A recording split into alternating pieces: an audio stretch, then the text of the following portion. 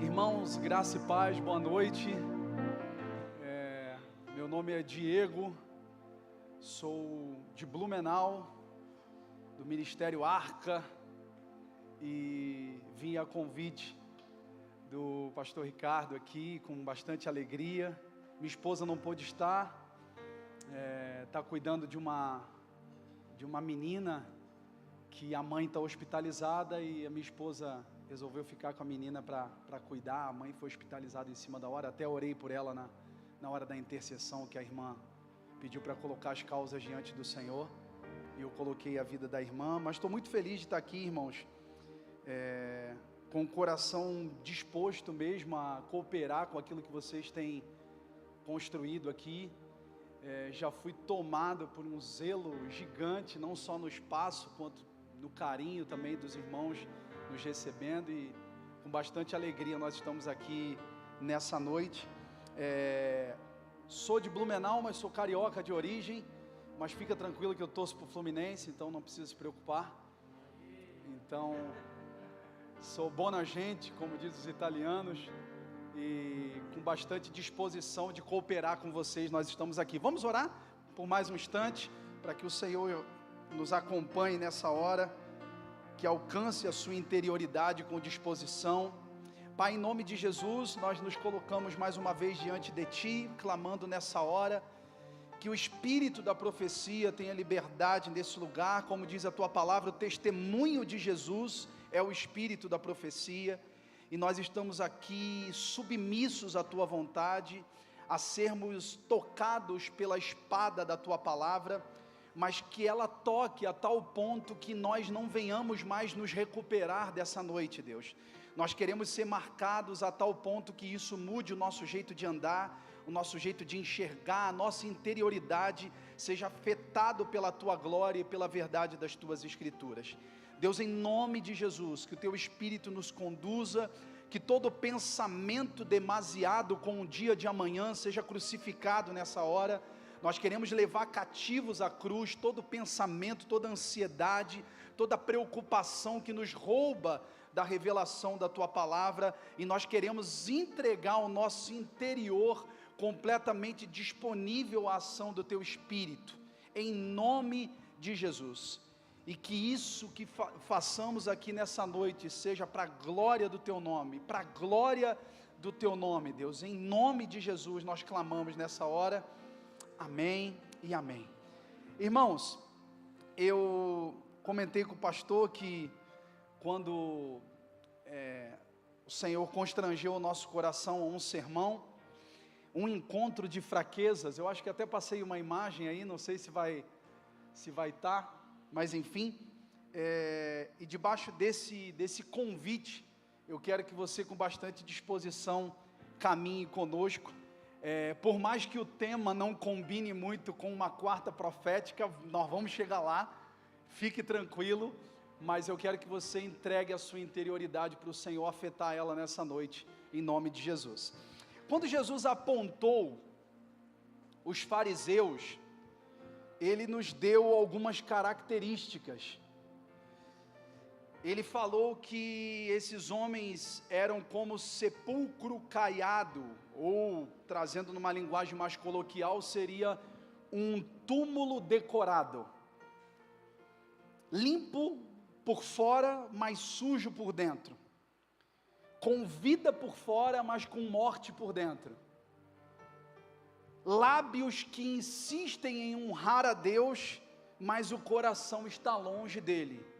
Então, diante disso, Jesus deixou a nós como se fosse um mapeamento, em que o fariseu, ele tem um lábio de que tem que.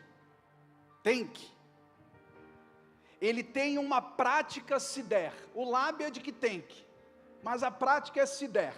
E o interior? O interior pouco importa, ninguém está vendo o interior mesmo? Então essa é a figura por trás daquilo que Jesus deixou, de que era um sepulcro caiado e que honrava com os lábios, mas o interior estava distante de Cristo. A síntese é essa, é um lábio de que tem que, ele não abre mão na sua palavra, a sua prática é se der, e o seu interior pouco importa, porque do interior ninguém está vendo mesmo. Então, talvez nessa hora, como bom crente, a gente fala assim: ih, pastor, conheço um monte assim. Mas essa é a hora que a gente deve se perguntar se nós, em alguns momentos, não somos assim. De uma voz de que tem, que de uma prática de se der, e um interior de pouco importa. Então,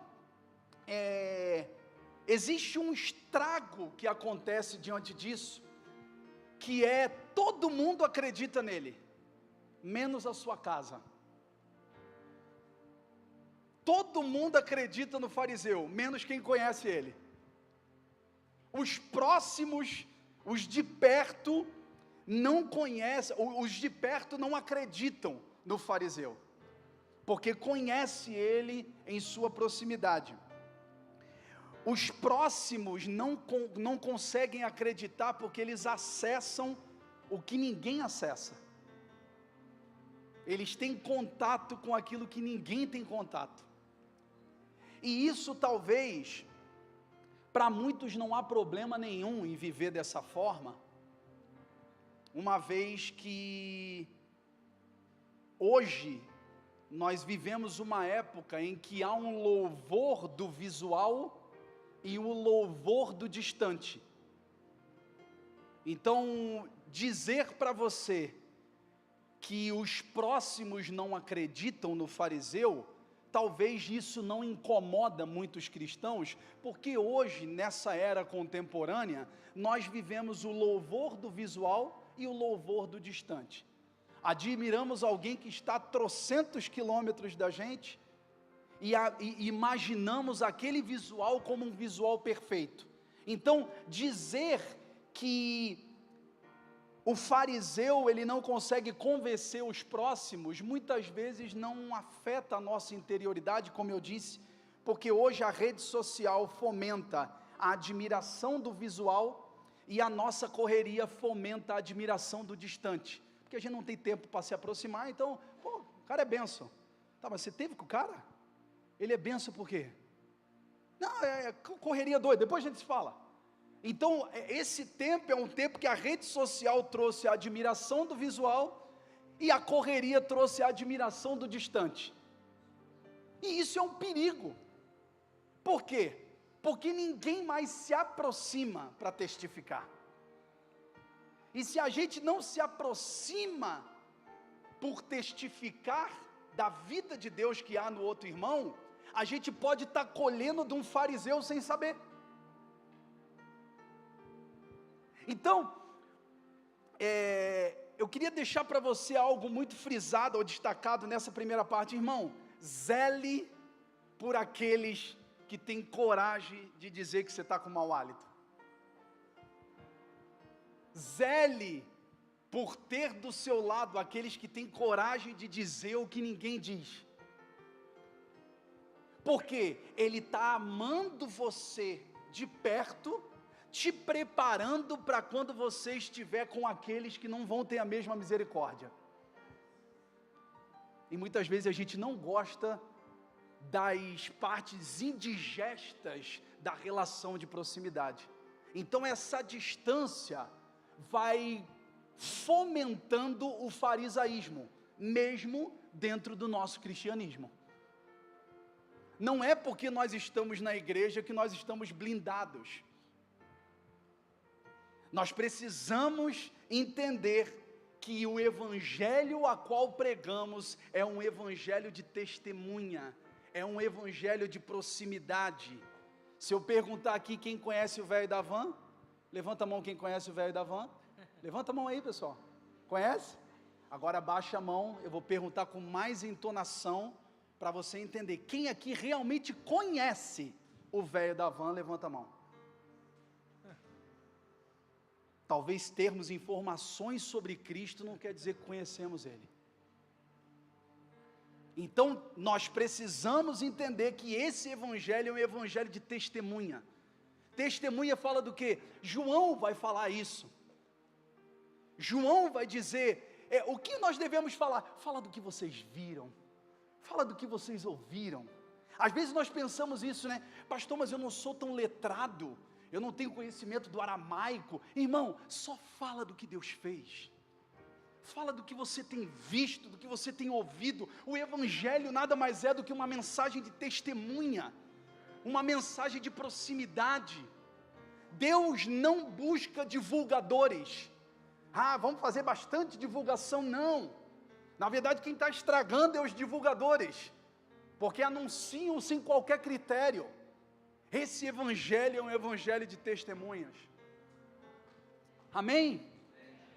Então, diante disso, nós vamos entrar no envio dos 70, para construirmos um caminho aqui nessa noite. Lucas capítulo 10, verso 1, não sei em qual versão que o irmão tem aí, mas fica à vontade, eu aqui estou na Almeida Revista e Atualizada, mas fica à vontade aí.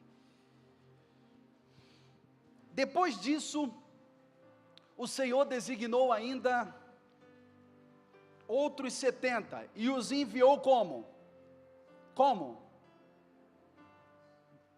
Como é que eles foram enviados? Adiante, ele designou o Senhor ainda outros 70, e mandou-os adiante da sua face de 2 em 2.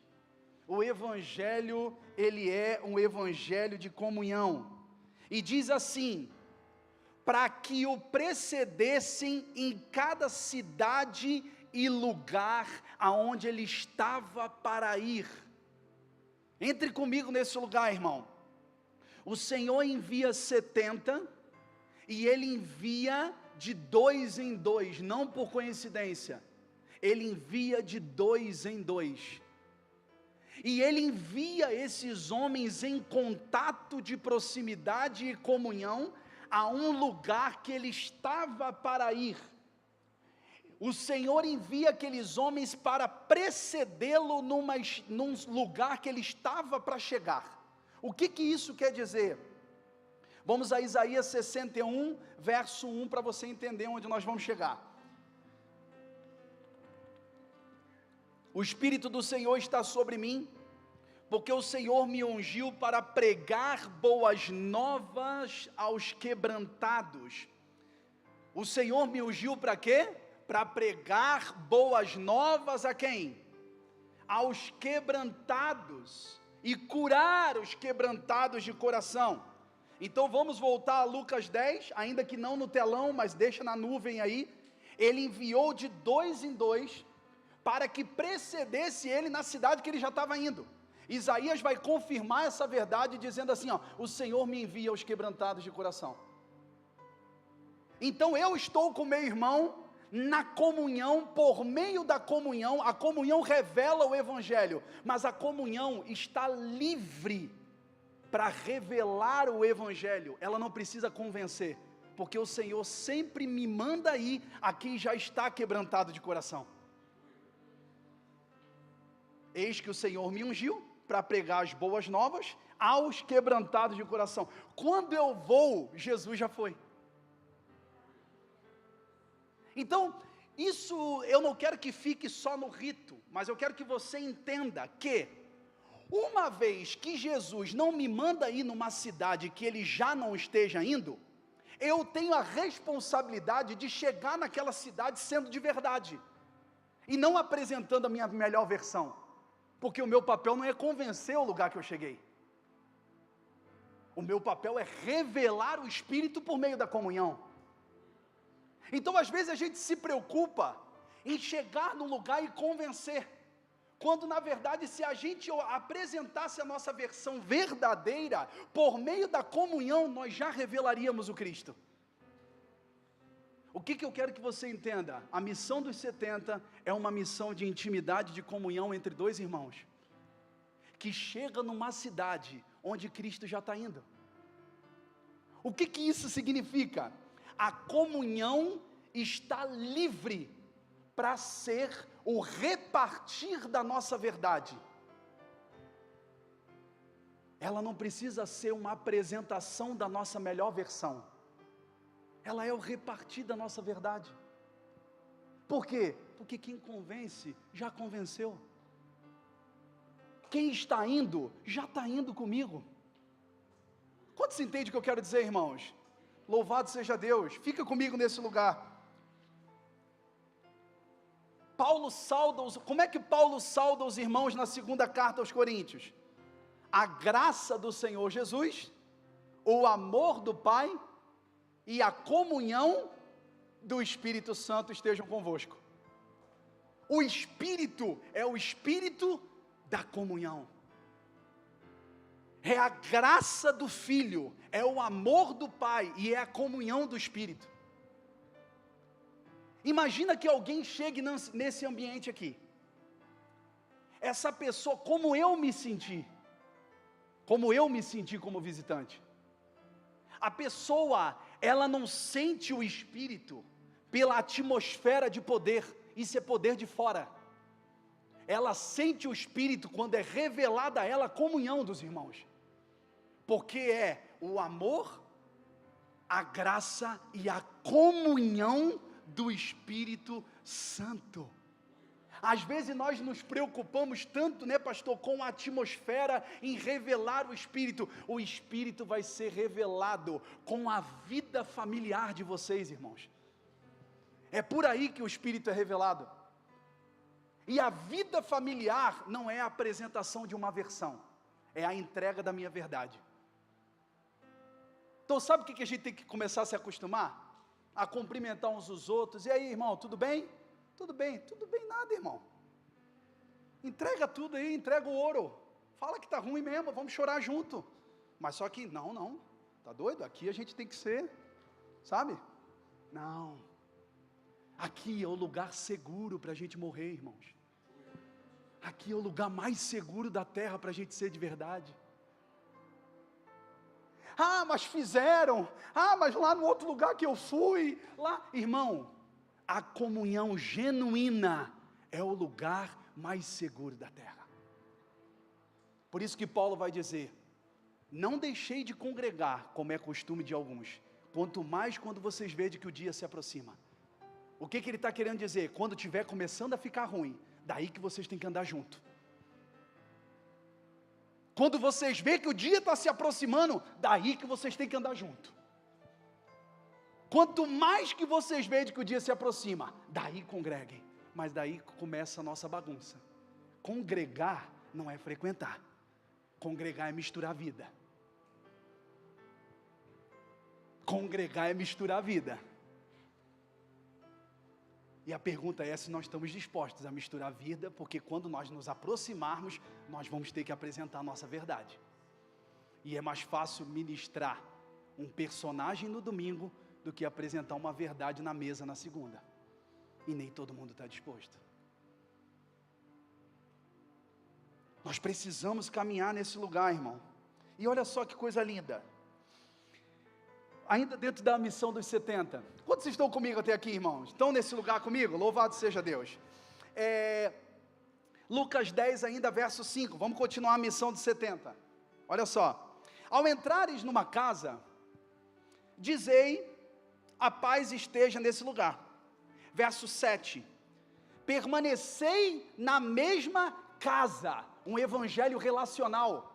Ele não está dizendo, entrega um panfletinho rápido e parte para outra, porque quanto mais melhor, time is money. Não. Fica ali. Permanecei na mesma casa. Porque o evangelho é um evangelho de testemunha. Não é de divulgadores. Permaneçam na mesma casa. E ele continua dizendo,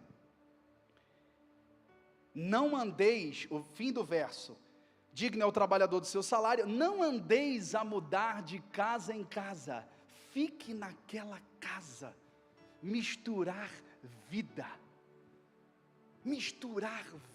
fique ali, porque o que vai acontecer? Vocês vão estar juntos, vocês vão estragar uma família, vocês vão estragar com as verdades do céu uma casa, e vocês vão para outra cidade, porque aquela família vai estragar a cidade. Então não é um evangelho de divulgadores, irmãos. Não é um evangelho popular, é um evangelho relacional. É um evangelho de lado a lado. Fique naquela casa. A permanência vai gerar inconveniência. Está aí o verão que não nos deixa mentir, né? Junta 3, 4 amigos, vamos para uma casa de praia. Aí começa, beber a minha coca, tomar o meu Danone. Imagina ficar naquela casa, naquela cidade, até e dali partir para outra.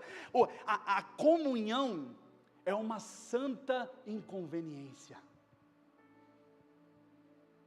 Deixa eu dizer algo para você, querido. Crente não foi feito para ter sofá branco.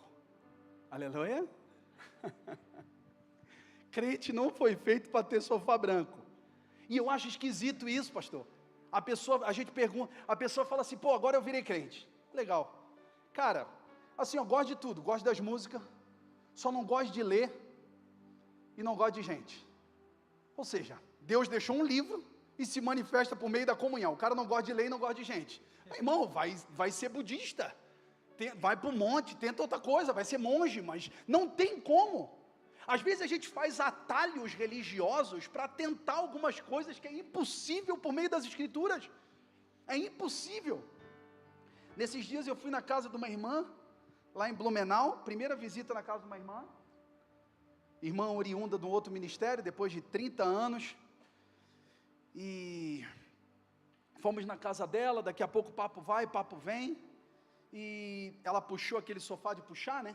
Ela puxou o sofá assim, daí ela foi e se esticou um pouquinho, e eu cheio das etiquetas, daqui a pouco minha esposa já se esticou também do lado, eu pensei, meu Deus, que fiasqueira. E minha esposa já se soltou do lado, e a gente dando risada, daí a gente solta aquela frase típica do inconveniente, sabe aquela frase no final que todo mundo solta? A gente chega na porta, vira para ela ao se despedir e fala, irmã, desculpa qualquer coisa. Você já falou essa também? Desculpa qualquer coisa, irmã. Daí a irmã virou assim e falou, pastor, há muitos anos eu não me alegrava tanto quanto nessa noite. E posso dizer uma coisa para o senhor? Deus renovou a minha esperança nessa noite. Pastor, mas o que deu? Vocês viram o graveto brilhar? Não. Teve a verdade entrega na mesa. O Espírito Santo se revelando por meio da comunhão. Se a gente não começar a viver isso, irmãos, o nosso domingo é só um baile de máscara.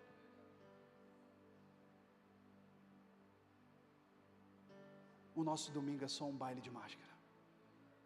O Espírito continua nos presenteando no meio da comunhão.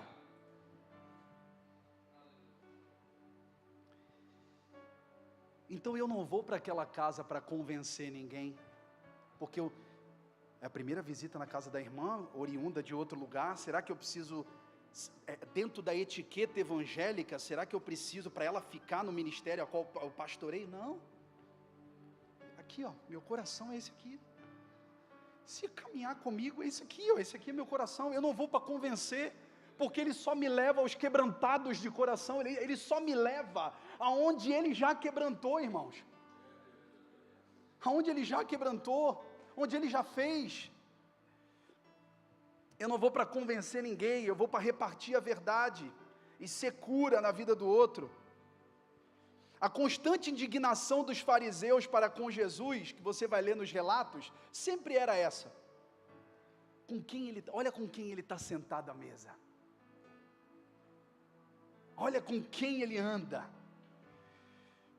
Por que isso era tão confrontante aos fariseus? Porque os fariseus tinham a santidade na aparência. E Jesus veio estabelecer a santidade na essência. E para eles era absurdo, cara, com quem Jesus come? Deus do céu da minha alma. Quantos de nós, irmãos, não abandonamos alguns natais com a família, alguns tempos de celebração, porque nós viramos para crente, quando na verdade nós deveríamos estar lá iluminando por meio da verdade do nosso coração. Olha com quem eles estão comendo. Sim, como diz o Senhor, brilhe vossa luz diante dos homens, para que eles glorifiquem o vosso Pai que está no céu. Brilhar no domingão é mole, irmãos. Brilhar no domingão é mole. No domingão é a reunião dos vingadores, é poder, é raio laser, agora segunda-feira que o bicho pega, é segunda-feira. Muita gente acha que o domingo é o jogo, o domingo é o vestiário, irmãos. O jogo começa segunda. O jogo começa segunda-feira. Existem características inseparáveis desse evangelho que você resolveu acreditar, convencido pelo Espírito. Ele é de testemunha e não de divulgação. Ele é de participação e não de consumo. Ele é de participação. A década de 90, de alguma maneira, e eu sou crente esse ano fazendo 30 anos já, desde a infância, a década de 90 nos trouxe aquele falso slogan de pare de sofrer, venha buscar a sua bênção. Então a gente continua vindo domingo para vir pegar. E o evangelho não é um evangelho de consumo, é um evangelho de participação. É um evangelho de participação. Eu trago para ser repartido. Eu trago para ser moído em favor do outro. Quando Jesus ele parte o pão, a gente pega o pão, a gente pega o cálice, a gente come em memória. E a gente vê, que legal, comemos em memória, acabou. Não. Quando Jesus parte o pão, ao partir ele diz assim, fazei isto em memória de mim. O isto que ele está se referindo é esse aqui, ó. Moe vocês agora em favor do outro. Então o nosso encontro tem essa máxima. Não é um lugar de consumo, é um lugar de ser repartido. De ser moído em favor do outro. Essa máxima tem que estar no nosso coração. Então não é de participação, não é de consumo, é de participação. Ele não é um evangelho de desfrute, ele é um evangelho de responsabilização. Ele não é um mar para me boiar, ele é um rio para me nadar, um rio que brota do trono de Deus. O evangelho é um evangelho de responsabilização. Diz uma canção que acreditar no evangelho é ir. E quando você vê o envio dos discípulos, e agora nós vamos começar a adentrar aqui em uma outra parte, quando você vê o envio dos discípulos, você vê essa responsabilização. Eu acredito. Acredita mesmo? Acredito. Não, acredita tem que ir. Não é acredita e agora eu vou gozar do que eu acredito. Não, acredita tem que ir. Acreditar no evangelho é ir. O evangelho não é de consumo, é de participação. Daí o que a gente canta? Não sei se cantam aqui. Eu não trouxe nada para a mesa. Já cantaram essa? Não? Mas tem uma canção que fala, eu não trouxe nada para a mesa. Eu não trouxe nada para a mesa. Então nem vem, irmãos. Se não trouxe nada, nem vem. Tem que sempre trazer uma coisa para a mesa. Ah, pastor, mas a fase que eu estou passando, todo mundo tem algo para trazer para a mesa, irmãos. Sua vida não está do jeito que quer, mas Deus já fez muito, irmãos. E todo mundo pode trazer algo para a mesa. A mentalidade que precisa ser transformada. Então, acreditar no evangelho é ir. Mas o que a gente precisa entender? Que quando a gente fala em ir, a gente pensa às vezes numa velocidade linear, assim, né? Pô, acreditar no evangelho é ir, então vamos pregar. Não. Mas olha só que legal. Jesus, sabendo que o ser humano é afoito, ele deixa degraus. Então, mais do que velocidade para ir, o evangelho é disposição para subir os degraus.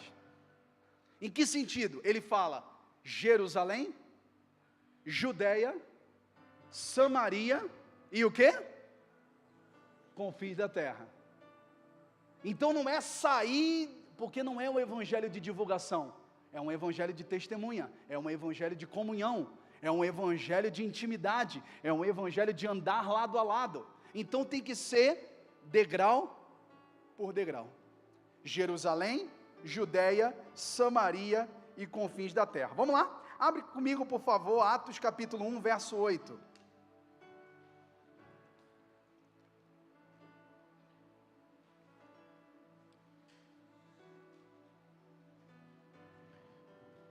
Diz assim, mas recebereis poder, mas recebereis o quê? Repete mais forte o quê? Poder. Ao descer sobre vós o Espírito Santo. E sereis minhas testemunhas, tanto em Jerusalém, como em toda Judéia, mais um degrau, Samaria e confins da terra. Então não é uma velocidade linear, mas uma força e disposição para subir esses degraus. Estão comigo? Então vamos lá. Então Jerusalém é a geografia do poder. Você consegue repetir comigo? Jerusalém é a geografia do poder. Mas o que nós precisamos entender, que quando nós pensamos em poder, nós pensamos em atmosfera. Quando nós pensamos em poder, nós pensamos em externo. Quando nós pensamos em poder, nós lembramos de Elias, fogo do céu. Mas só que Paulo vai nos dar a receita do poder. Ele diz em 2 Coríntios capítulo 12, verso 9. Jerusalém é a geografia do quê? Do poder. E olha o que Paulo fala.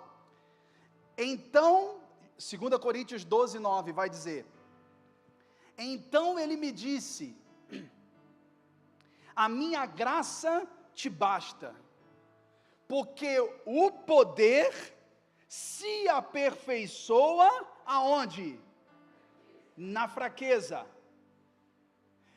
O que nós precisamos somar então e entender? Jerusalém não é o lugar de poder e a geografia. Se eu for aqui na frente da microfonia, se eu descer um pouquinho, não? Posso descer? Então, geograficamente, Jerusalém é o degrau 1 de todo crente. Por aqui nós começamos. Ah, cara, não tem como ir por Emaús? Teve uns caras que tentaram em Emaús e tiveram que voltar para Jerusalém. Quantos sabem a história dos 2 discípulos a caminho de Emaús? Então não tem como escapar, tem que passar por aqui. Se for, vai ter que voltar, é por aqui. E não é por aqui porque há um poder de fora. É por aqui porque nós precisamos ser dilatados, dilatados nessa compreensão, no início. Porque tudo que não começa corretamente no início, o estrago é muito maior para tentar consertar. Então você começa por Jerusalém. Se você tentar ir por outro lugar, Jesus manda você voltar de novo por Jerusalém, até que você seja revestido desse poder. Mas não é poder de fora. Porque Paulo vai testificar a nós em 2 Coríntios que o poder se aperfeiçoa onde?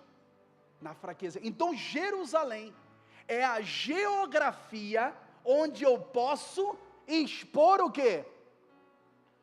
A minha fraqueza. Porque tão pronto eu expor as minhas fraquezas, eu vou receber o quê?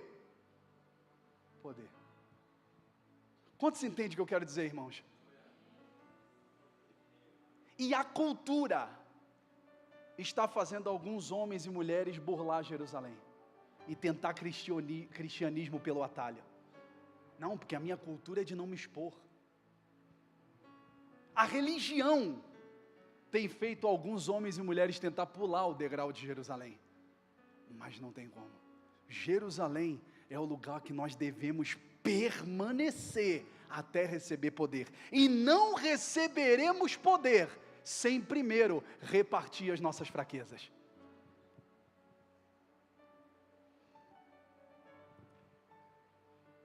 E é lindo que há uma ordem expressa do próprio Cristo dizendo: permaneçam ali até que venha poder a vocês. Permaneçam ali até o momento que as verdades da vossa interioridade saltem. Permaneçam ali até que não haja mais esconderijo em vossas interioridades. Permaneçam ali até o momento que vocês sejam um. E quando vocês estiverem dispostos a isso, eu vou enviar o que eu prometi que eu ia enviar.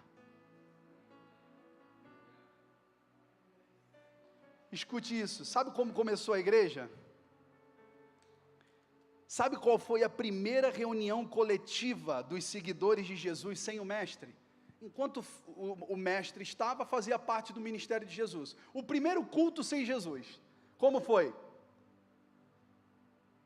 Não foi, a igreja não começou por meio de um culto de poder. A igreja começou por meio de um encontro de fraquezas. Escute isso, abra para mim por favor João 20, 19. E nós estamos construindo onde vamos chegar. Espírito Santo, que a Tua graça nos envolva, que o Senhor dilate a nossa compreensão a respeito da comunhão, Pai. Em nome de Jesus.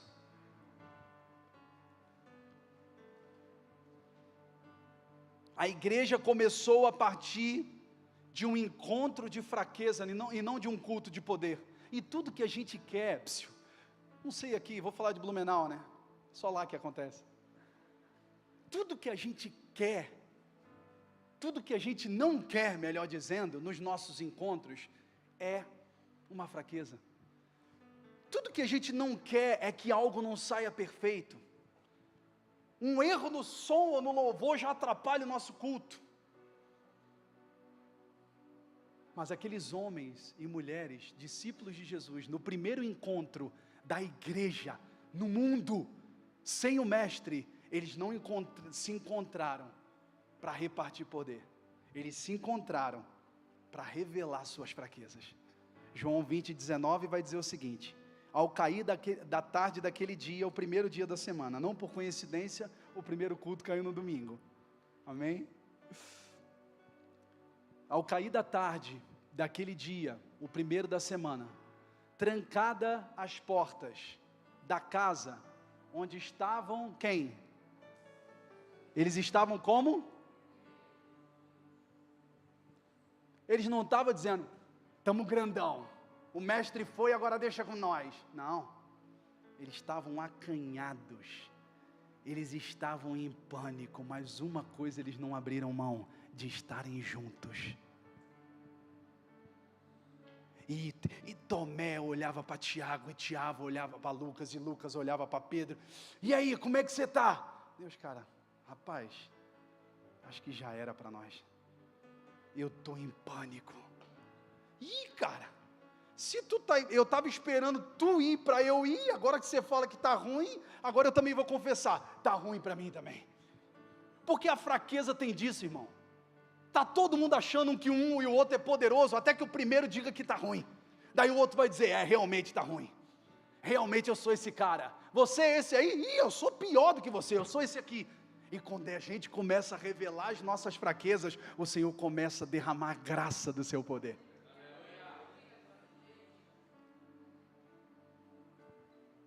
Então eles estavam trancados com medo. Então veio Jesus, pôs-se no meio deles, porque Jesus gosta de uma reunião de fraqueza, pôs-se no meio deles e diz o quê? A paz seja convosco. Então vamos lá? A primeira referência da paz seja convosco não é um cumprimento religioso aos irmãos da mesma congregação. Paz seja convosco. Sabe o que é a paz seja convosco? O presente de Jesus a uma família que resolveu se encontrar para revelar fraqueza. A paz não é um cumprimento religioso que se dá na porta. A paz é o presente do Cristo para homens e mulheres que não abriram mão de estar junto para revelar os seus medos.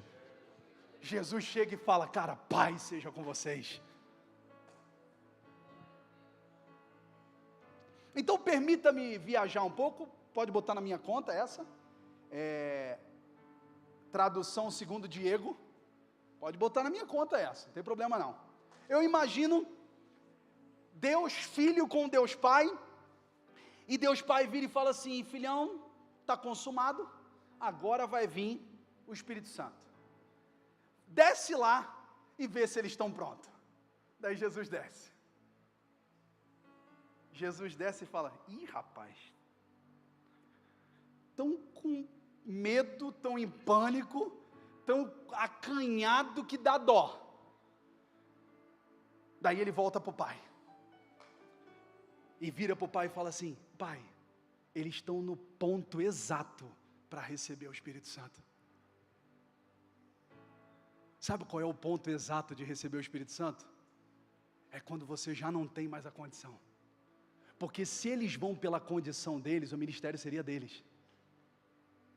Mas como Jesus visitou aquele encontro de fraqueza e viu assim, cara, eles estão trancados, eles estão com medo, eles estão acanhados, eles estão desesperados, mas eles não abriram mão de estar junto. Ele voltou para o pai e disse assim, ó, pode derramar que eles estão no lugar exato para receber a presença. Porque tudo que eles fizerem a partir daqui, eles vão saber que estão fazendo pelo Espírito. Porque esse é o lugar que eu encontrei eles, um lugar de medo.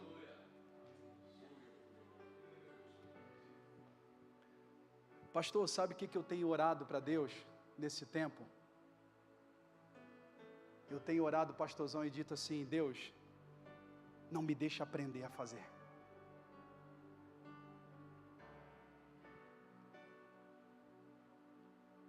Não me deixa abandonar a dependência de Ti e aprender a fazer. Eu continuo sendo um menino com medo.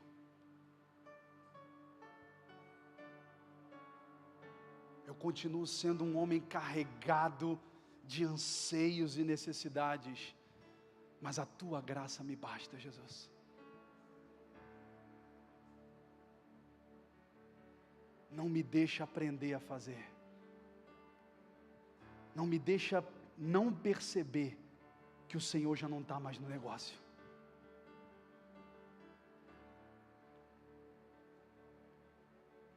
Certa vez, José e Maria foram a uma cidade santa, e Jesus era menino. Nos dias da festa, eles não foram para o mundo, eles foram cultuar na cidade santa. E eles voltaram.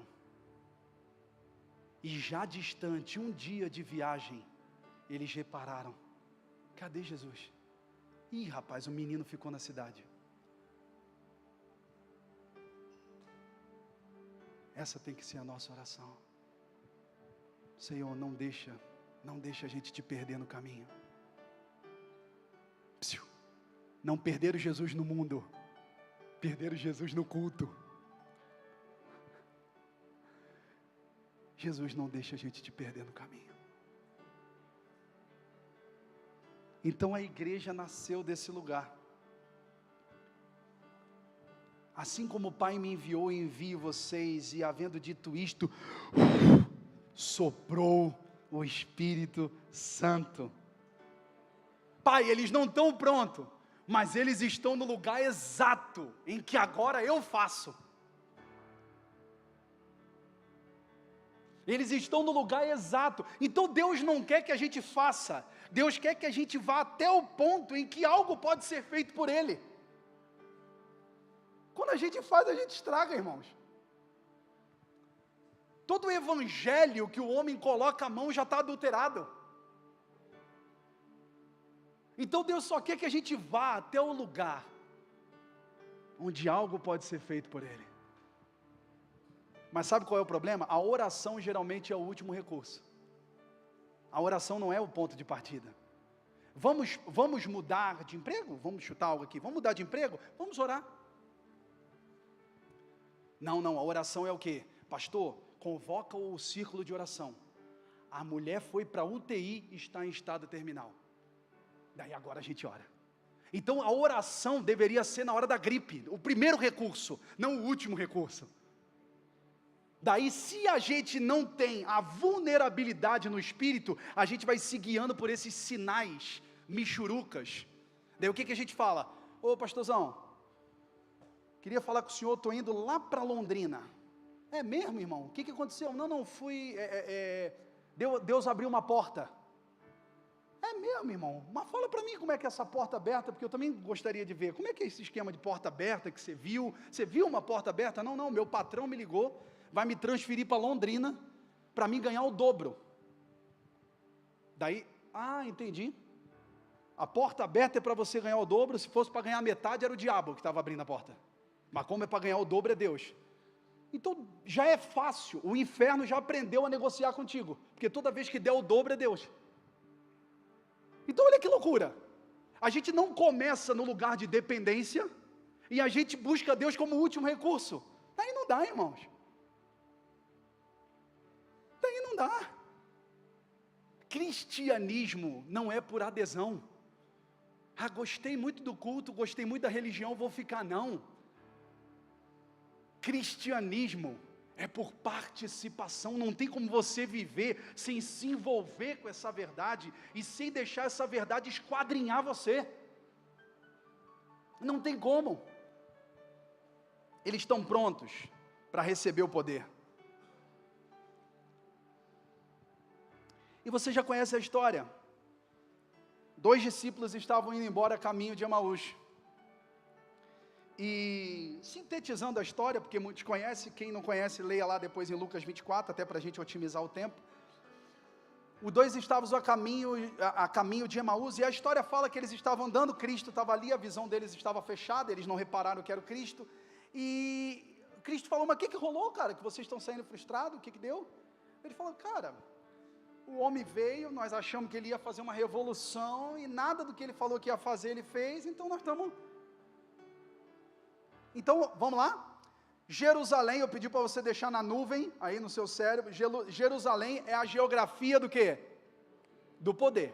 Mas sabemos agora que é a geografia do poder, porque é a geografia onde nós temos segurança para revelar o quê? As fraquezas.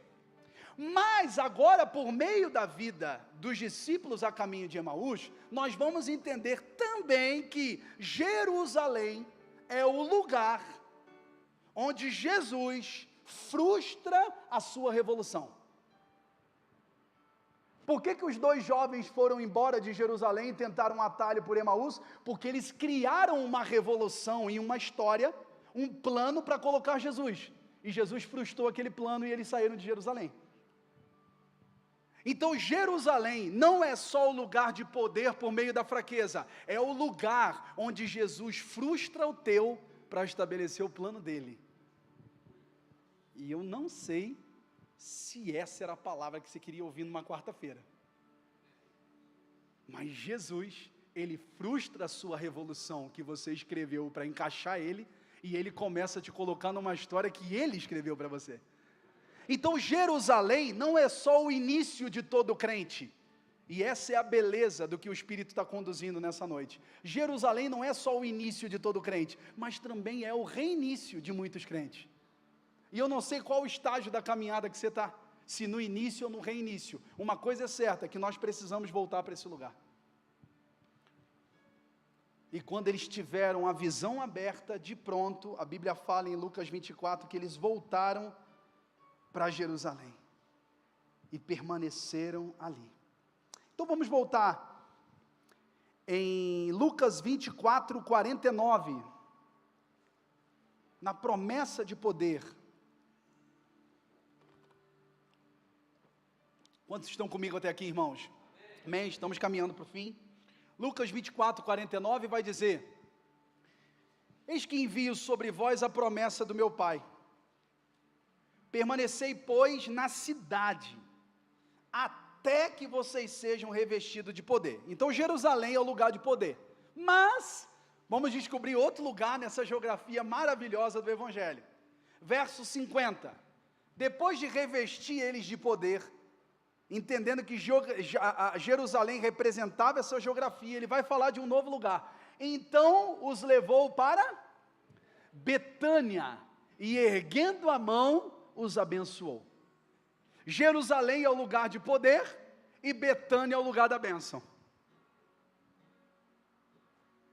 Em casa, depois eu vou te provocar a você ler em casa, nas suas últimas páginas da Bíblia, que tem mapa, não faça isso agora, depois você vê a localização de Betânia. É Jerusalém, Emaús, Judeia, Samaria e confins da terra. Então, era mais fácil ir por Emaús. E Betânia, no mapa, maravilhosamente, você vai ver Jerusalém, Betânia, Judeia, ou seja, é mais longe por Betânia. Depois, naquelas Bíblias que tem mapa, você confere depois. Mas só que recebem poder em Jerusalém, e em Betânia eles são abençoados. E existe algo muito poderoso, antes da gente fazer algo no Senhor, ou a gente cooperar com o Evangelho, nós precisamos entender que Betânia é o lugar da bênção. mas não é lugar da bênção como evangelicamente talvez compreendemos como bênção. Porque por bastante tempo a gente propagou e talvez até entendeu algumas coisas equivocadamente. A gente achava que bênção era dinheiro, ministério era microfone e missão é África. Então 3 coisas ficou dentro de nós, chamada é microfone, bênção é dinheiro e missão é África. Então aqui nessa noite talvez vai ser um detox da parte de Deus, para que a gente entenda que Jerusalém é o lugar de poder por meio da fraqueza e Betânia é o lugar da bênção. Por isso que eles foram levados para Betânia. Mas por quê? Vamos à síntese de Betânia. Betânia nas Escrituras foi o lugar da amizade de Jesus Cristo, o homem. Fica comigo aqui, irmãos. Jerusalém é o lugar de poder por meio da fraqueza, mas vocês não vão daqui. Porque senão vocês vão que nem os X-Men. Vocês precisam entender primeiro bênção. Mas para entender bênção eu vou levar vocês para Betânia. Betânia nas Escrituras foi o lugar onde Jesus relatou que o amigo dele tinha morrido.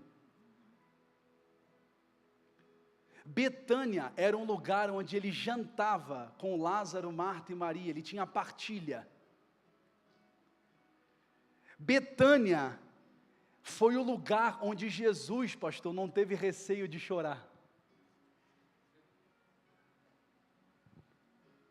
Vai entendendo bênção comigo.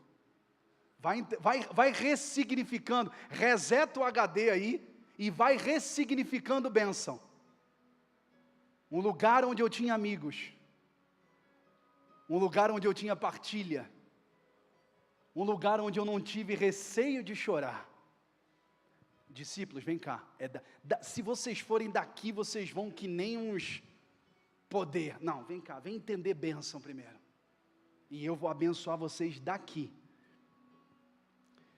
Um lugar de segurança para revelar a minha humanidade. Jesus pôde chorar em Betânia. Ele teve um lugar de segurança para revelar a sua humanidade. Irmãos, a comunhão precisa ser um lugar de segurança para a gente ouvir a humanidade um dos outros. Mas sabe o que a gente vê por muitos anos na igreja? A igreja, em nome de Jesus, eu fui encorajado, falei com o pastor, fui encorajado por entrar nesse lugar, ouvir um pouco da história, que até as nossas histórias se cruzam de alguma maneira. Não tem como a história de nossa região tão pequena não se cruzar. De alguma maneira alguém conhece alguém, né? É sempre assim. Mas eu fui encorajado por ver essa nova história sendo estabelecida aqui nessa casa. Mas por muito tempo, nós vivemos ambientes onde a humanidade repartida virava ou sermão ou virava intercessão. Então Betânia representa isso, o lugar tão abençoado, onde eu posso chorar em segurança, que ninguém vai pensar nada. Jesus chorou ali. Um lugar de descanso para Jesus. Irmãos, no final de tudo, ressignificando bênção aí no seu HD com esse reset, né? No final de tudo nós perceberemos que bênção, no final de tudo nós perceberemos que segurança não era ter, mas é ter para quem ligar. Tomara que a gente não aprenda isso da forma mais injusta, mas no final nós compreenderemos que segurança não é ter, mas é ter para quem ligar.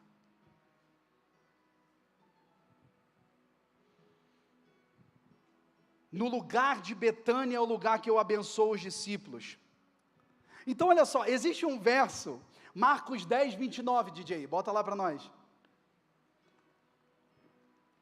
Existem 2 versos que representam bastante esse lugar de Jerusalém e Betânia. Vamos lá, 29, Marcos 10, 29, Jerusalém. Tornou Jesus, em verdade vos digo, que ninguém há que tenha deixado casa ou irmãos, ou irmãs, ou mãe, ou pai, ou filhos, ou campos, por amor de mim, por amor do Evangelho. Ou seja, Jerusalém é o lugar de renúncia. Essa mensagem me alcançou, dilatou a minha interioridade. Agora eu largo tudo. Jerusalém. Agora eu vou para Betânia, verso 30, o lugar da bênção. Que não receba já no presente o cêntuplo de casas, irmãos, irmãs, mãe, filhos e campos, com perseguições, e no mundo por vir a vida eterna. Então deixa aqui. Jerusalém é o lugar que eu abro mão, Betânia é o lugar que eu entendo bênção, e bênção de 100 por 1.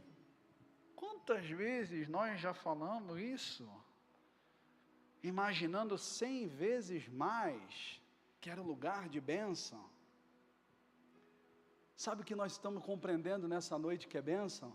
Bênção não é 100 vezes mais, bênção é ter 100 relações que me promova a segurança. 100 vezes mais não é 100 coisas a mais, é 100 relações a mais que me promovam a segurança. Então os discípulos receberam poder em Jerusalém e foram enviados de Betânia. Betânia é a segurança do pertencimento. Então eu acredito, permita-me nessa noite, pastor, sem invadir aquilo que vocês estão construindo, mas cooperando, com um coração bem cooperativo. Eu acredito que o novo ciclo, esse ciclo desses anos que estão estabelecidos nesse movimento que vocês estão construindo aqui a partir da voz do Senhor, não é tempo mais de frequentar. Não é tempo mais de frequentar.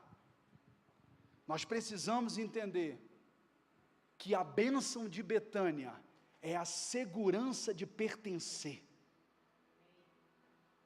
Você vai numa igreja? Vou numa bem legal, tem até cadeira estofada. Tá, mas você pertence. Você é um com aquele. Você conhece o irmão, ou o máximo que você conhece é a nuca do irmão. Então não é mais tempo, eu não sei, irmãos, mas o tempo do fim, ele vai vir com uma porção de exigência, onde aquilo que está sendo construído sobre o fundamento vai ser exposto. Se é ouro, se é palha, não vai ter como esconder, porque o tempo do fim vai trazer essa pressão, e a comunhão é o lugar mais seguro, e nós precisamos compreender isso. Não é mais tempo de frequentar, é o tempo de se fazer parte, família de Deus. Não é o divino enviou um anjo para morrer por nós e nos tornar seguidores. Olha que loucura, é o que parece que é o que nós somos. O divino enviou um anjo para nos fazer seguidores. Não, é um pai enviou um filho para nos fazer família. Senão acabou, fecha a porta ali e vamos embora. É o quê? É cada um por si? Acabou, nós estamos falidos, irmãos. Não é o divino que enviou um anjo para nos fazer seguidores e adébitos, súditos.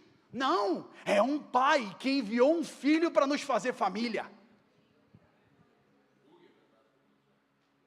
O que Deus revela por meio da igreja ao mundo? Revela poder? Revela vestimentas? Não, revela como é ser família. Deus revela para o mundo como é ser família.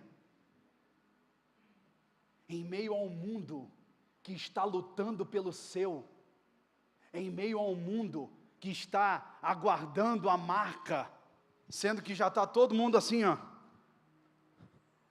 E nós estamos aguardando a marca ainda.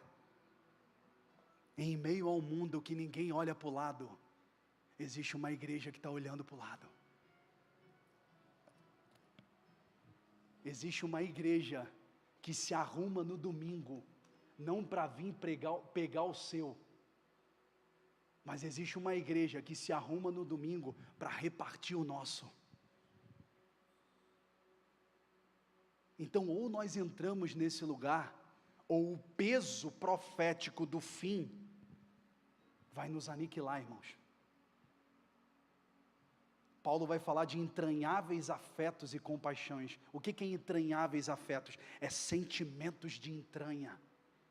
é sorrir com os que sorriem e chorar com os que choram. Imagina Paulo, vamos lá, bênção não é ter, bênção é pertencer. Paulo sai de Roma pela perseguição de Nero e vai para Corinto. Eu fui transferido para Corinto. Daí ele chega em Corinto, ele não fala assim, onde é que tem uma escola legal para as crianças? Primeira coisa que eu procuro é uma escola legal para as crianças. Onde é que é um bairro legal para morar? Ele não pergunta, onde é que tem um bom trabalho aqui para padaria boa, farmácia tem aqui nesse novo lugar? Sabe o que ele pergunta? Onde é que está a Priscila e Áquila? Porque a segurança da bênção não é ter, a segurança da bênção é pertencer. Então, numa nova geografia, pastor, a primeira coisa, eu fui transferido daqui para São Paulo, a primeira coisa que eu procuro não é os colégios das crianças, a primeira coisa que eu devo procurar é onde congregar. Eu construo a minha vida em volta daquilo que é importante, que é a base da minha vida, que é a comunhão. Mas isso parece ainda pesado, porque para alguns igreja é só o lugar que eu frequento, e não a família que eu faço parte. Pastor, você está dizendo que eu tenho que ir daqui para São Paulo, e a primeira coisa que eu olho é onde congregar. Sim, se fosse a família que eu faço parte, a minha segurança é construída em volta desse ecossistema. Um irmão já abre a porta de um colégio, o outro irmão já fala onde tem uma padaria, o outro irmão já mexe com o imobiliário e já arruma aqui um aluguel para mim, e aqui eu vou conseguindo, por quê? Por meio da família. O lugar mais seguro da terra deveria ser a família da fé.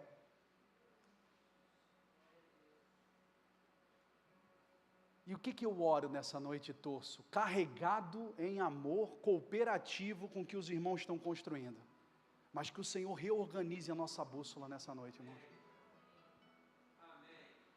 Porque eu não quero, queridos. Não quero chegar no grande dia, eu fiz, eu aconteci, eu fiz. E Jesus fala, cara, tu fez para quem? Eu nem conheço você. Mas eu fiz em teu nome, mas eu nem conheço você. E eu quero terminar deixando duas perspectivas que precisam ser curadas para a gente construir esse lugar de comunhão. Eu sei que a cultura, pastor, eu sou meio assim, introspectivo, já passei também muitas dores, já passei muitas decepções e tal. Então, duas perspectivas, fique comigo, irmãos, eu estou terminando. Duas perspectivas que precisam ser curadas. Agora é o bônus do DVD, que eu vou deixar para você aí, bastante carinho.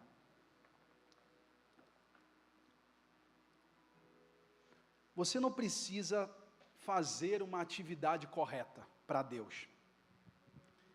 Pelo amor de nosso Senhor, entenda isso pelo Espírito Santo. Deus não está esperando a atividade correta. Esse papo é o papo da serpente. Essa teologia é a teologia do diabo. Deus não está esperando a atividade correta. Deus está esperando que você volte para o lugar correto. É geografia o negócio. Vamos lá?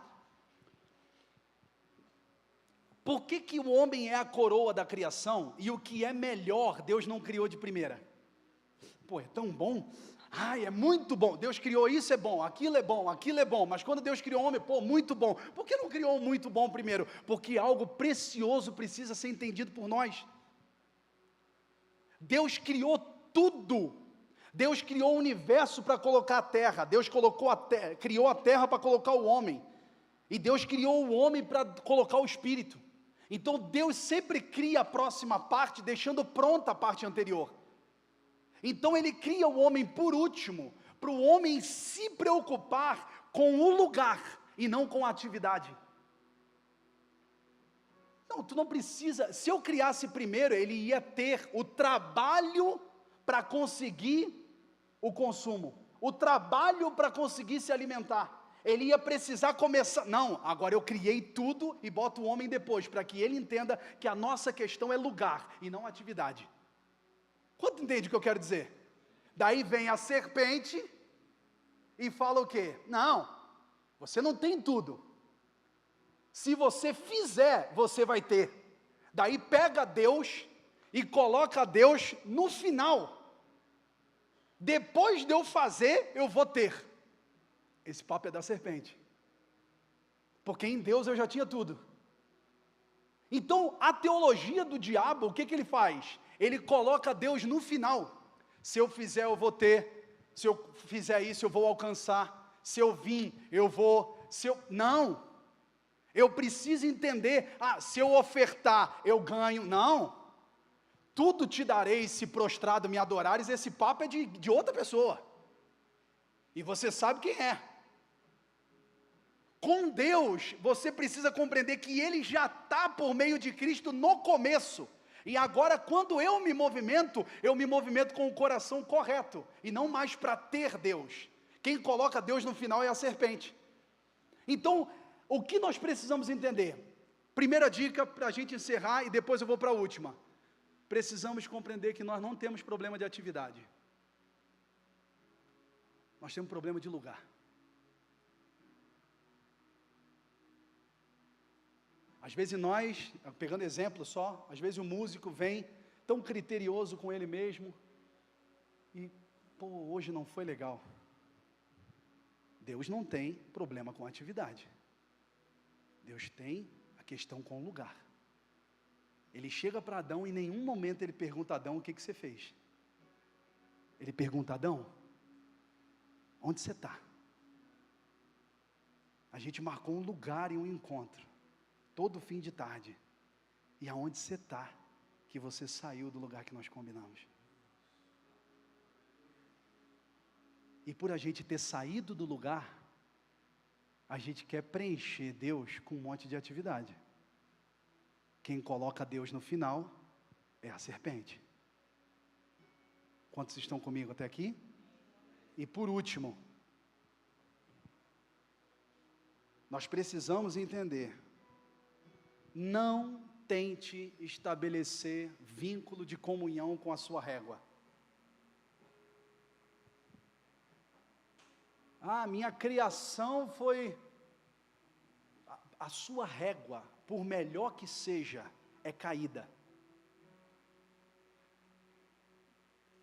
E é bom de fora falar isso, porque depois quem aguenta a bronca é os pastores.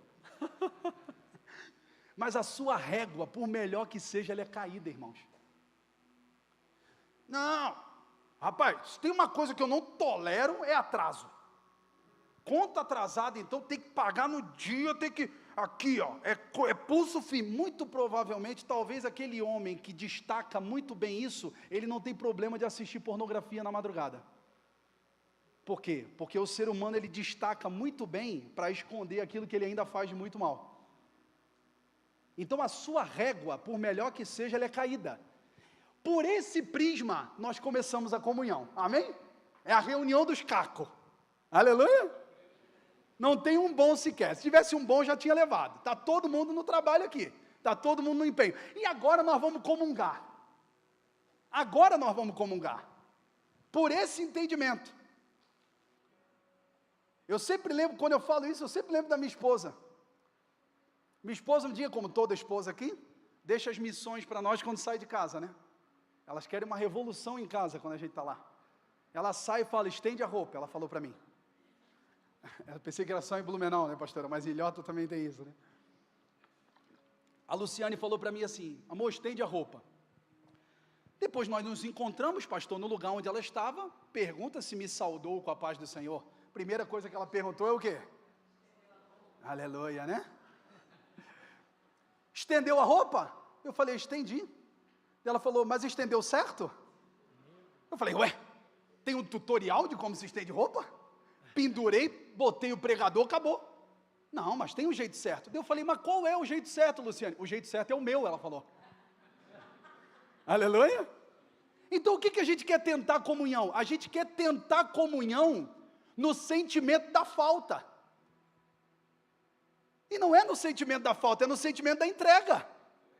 Porque na falta nunca vai vir do tamanho que você precisa, irmãos. Sempre vai decepcionar você. Então nós precisamos entender que caídos e destituídos da glória de Deus estamos, e vamos para a comunhão com o coração de entregar a nossa verdade.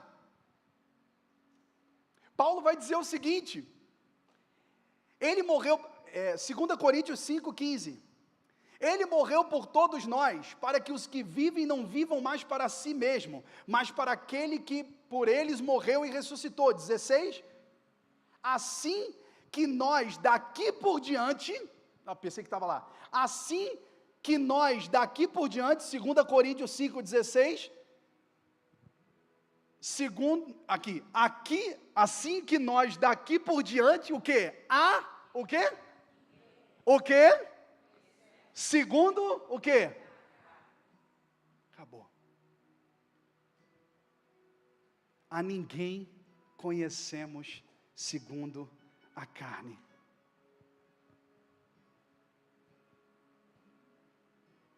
Não tente ajudar ninguém se você não acessou a versão redimida dessa pessoa.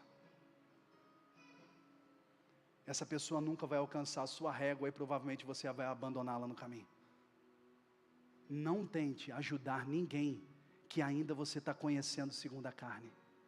Aquele cara é o pior dos malfeitores. E eu chego com o coração pastoral naquela mesa com aquele casal para ajudar. A esposa denuncia, o marido confessa, e eu olho naquela situação e falo, seu vagabundo, some daqui, se eu fosse casado contigo já tinha... Não. Se eu enxergo a versão redimida dele, só naquele instante que eu consigo ajudá-lo. A ninguém te conhecei mais segundo a carne. Então não tente estabelecer comunhão sem enxergar a versão redimida das pessoas.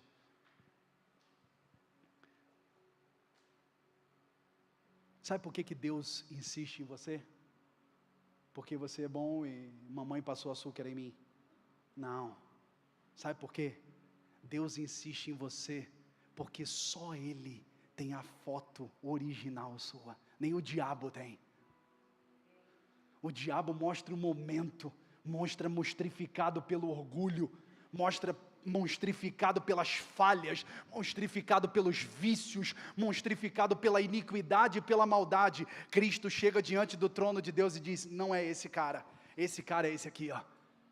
Eu conheço ele segundo o Espírito e não segundo a carne.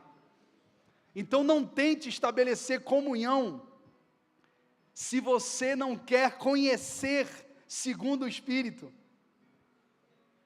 Segundo o Espírito.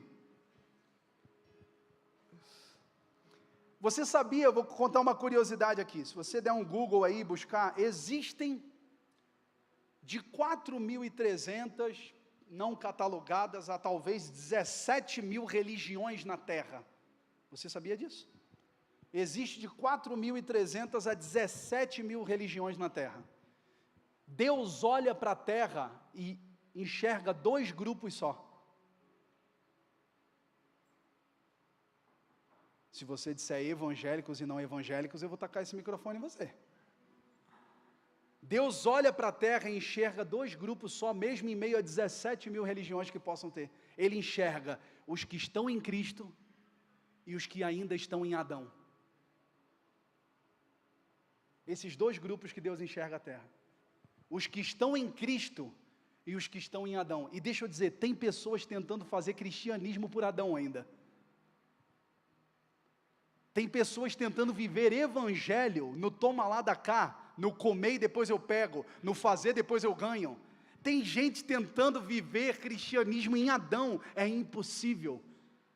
Mesmo evangélicos ou não evangélicos, ou budistas ou não budistas, ateus ou não, Deus olha para a terra e enxerga 2 grupos, os que estão em Cristo e os que ainda estão em Adão. E por último eu quero ler um texto.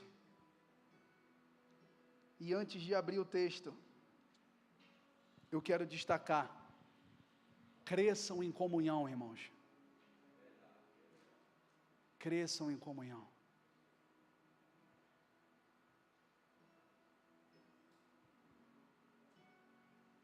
Primeira Coríntios 11 vai falar da ceia. Quando Paulo vai falar da ceia, Paulo fala que aquele que come sem discernir o corpo, come juízo para si. Entra comigo nesse lugar, irmãos. E eu estou encerrando. Paulo está dizendo que quem come sem discernir o corpo, come juízo para si. Você jura que Paulo estava falando que pegou o pão, quem come sem discernir o corpo? Ih, rapaz, eu acho que esse pão aqui é do Comprão. Não, eu acho que é da Cooper. Você acha que discernir o corpo é isso? Paulo está dizendo que quem participa da família, sem discernir o corpo, que é a família, está comendo juízo para si. Então não é mais tempo de você pegar os elementos da ceia, fecha os olhos, pegou aí, fecha os olhos, agora é você e Deus. Não, não é você e Deus. Abra os olhos, é você e o seu irmão. Se tem uma coisa que a ceia não é você e Deus, é você e o seu irmão. Porque quem come sem discernir o corpo de Cristo, está comendo juízo para si. Nós precisamos voltar a ser uma igreja coesa e forte para os últimos dias. Não vai ser uma igreja com boa estrutura, não vai ser uma igreja com boa palavra, vai ser uma igreja familiar.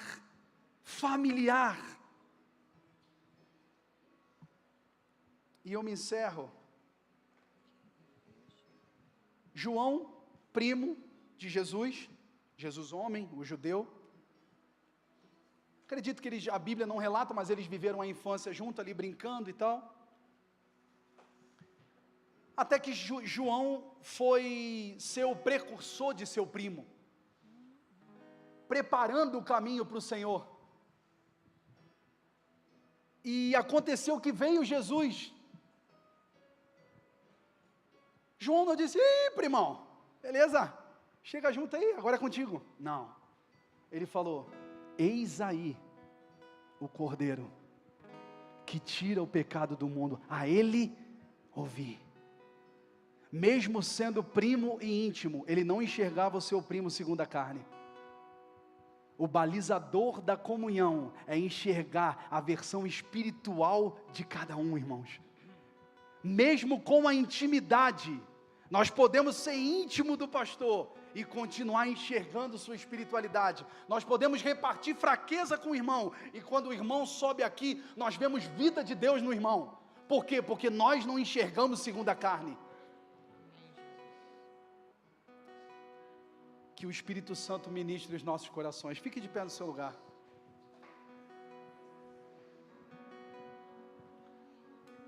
Debaixo de bastante graça do Senhor, eu não vim trazer nada novo. Eu acredito que é isso que esses pastores zelosos estão construindo aqui com suas famílias, mas que nós venhamos a congregar com essa disposição de misturar a vida. Porque se o poder não vir por meio de fraqueza, vai ser um poder ajeitado. Arão e Moisés estiveram diante de Faraó, colocaram o bordão no chão, se transformou em serpente. Veio os magos de Faraó e fizeram igual. Então tem gente que consegue fazer igual mesmo sem Deus. Mas por meio da revelar das fraquezas, o Espírito Santo nos visita. Que essa casa entre num tempo ainda mais familiar. Que essa casa entre num tempo de ainda mais intimidade e entranháveis afetos uns com os outros.